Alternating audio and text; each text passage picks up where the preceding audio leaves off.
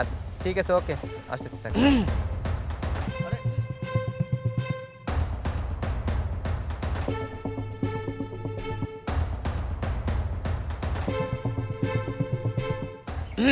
আচ্ছা ঠিক আছে, ওকে, আসতেছি থাক।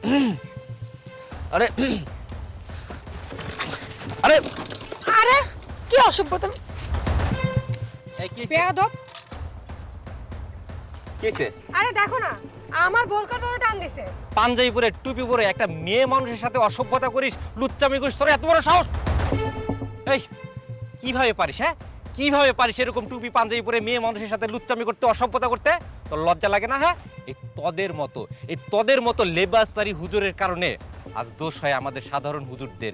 তোরা এরকম টুপি পরে পাঞ্জাবি পরে মেয়ে মানুষের সাথে অসভ্যতা করিস, কুনজর দিস, খারাপ কিছু করতে যাস, আর দোষ হয় বাংলাদেশের সব হুজুরদের। কেন কেন তোরা এটা করিস? আমার কথাটা শুনুন। আপনার কি কথা শুনবো? আর আপনি কি করে পারেন আপনি বোনের মতো একটা মেয়ের দিকে এরকম খারাপ নজর দিতে?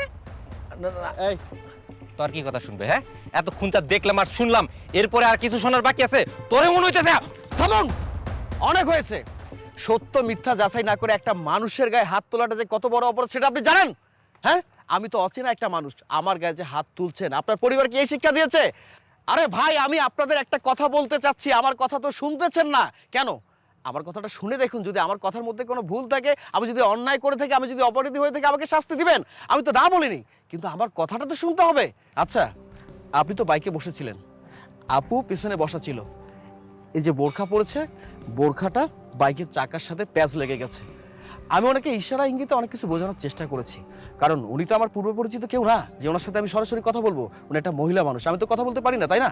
তাই আমি ওনাকে আকার ইঙ্গিতে কাছাকাছি করছি, ইশারা দিয়েছি, কিন্তু উনি আমার কথা কোনোভাবে বুঝতে পারেনি। ফাইনালি আমি যখন দেখলাম যে আপনি বাইকটা স্টার্ট দিয়েছেন, যে কোনো মুহূর্তে একটা দুর্ঘটনা ঘটতে পারে, সে কারণে আমি এই বোরখাটা টান দিয়েছি। এখন আপনি বলুন, আমি আপনাদের উপকার করতে যে আপনারা যদি আমার গায়ে হাত তোলেন, তাহলে এটা আমার জন্য কত কষ্টকর ব্যাপার, বুঝতে পেরেছেন? কি আমি যে আপনাদের এতগুলো কথা বললাম, আপনাদের কি মনে হয় আমি মিথ্যা কথা বলছি? আপনি আমাদেরকে উপকার করতে চেয়েছিলেন, আসলে আমাদেরই উচিত ছিল বাইকে বসার সময় আমাদের বোরকা এবং জামা কাপড় সেভ রাখা। আমরা রাখতে পারিনি। সরি ভাই, আমাদেরকে মাফ করবেন, আমাদের ভুল হয়েছে। না না না, ঠিক আছে বোন, আপনার মতো আমার একটা বোন ছিল, সে তার নিজের ভুলের কারণে বাইক অ্যাক্সিডেন্টে মারা গিয়েছে। সে কারণে আমার চোখের সামনে এমন যদি ঘটনা ঘটে, আমি সবাইকে সতর্ক করার চেষ্টা করি। সরি ভাই, আমরা না বুঝে আপনার সাথে অন্যায় করে ফেলেছি, আপনি কিছু মনে করেন না। ভুল তো মানুষই করে, আমি মনে কিছু করিনি। আপনি ঠিকই বলেছেন।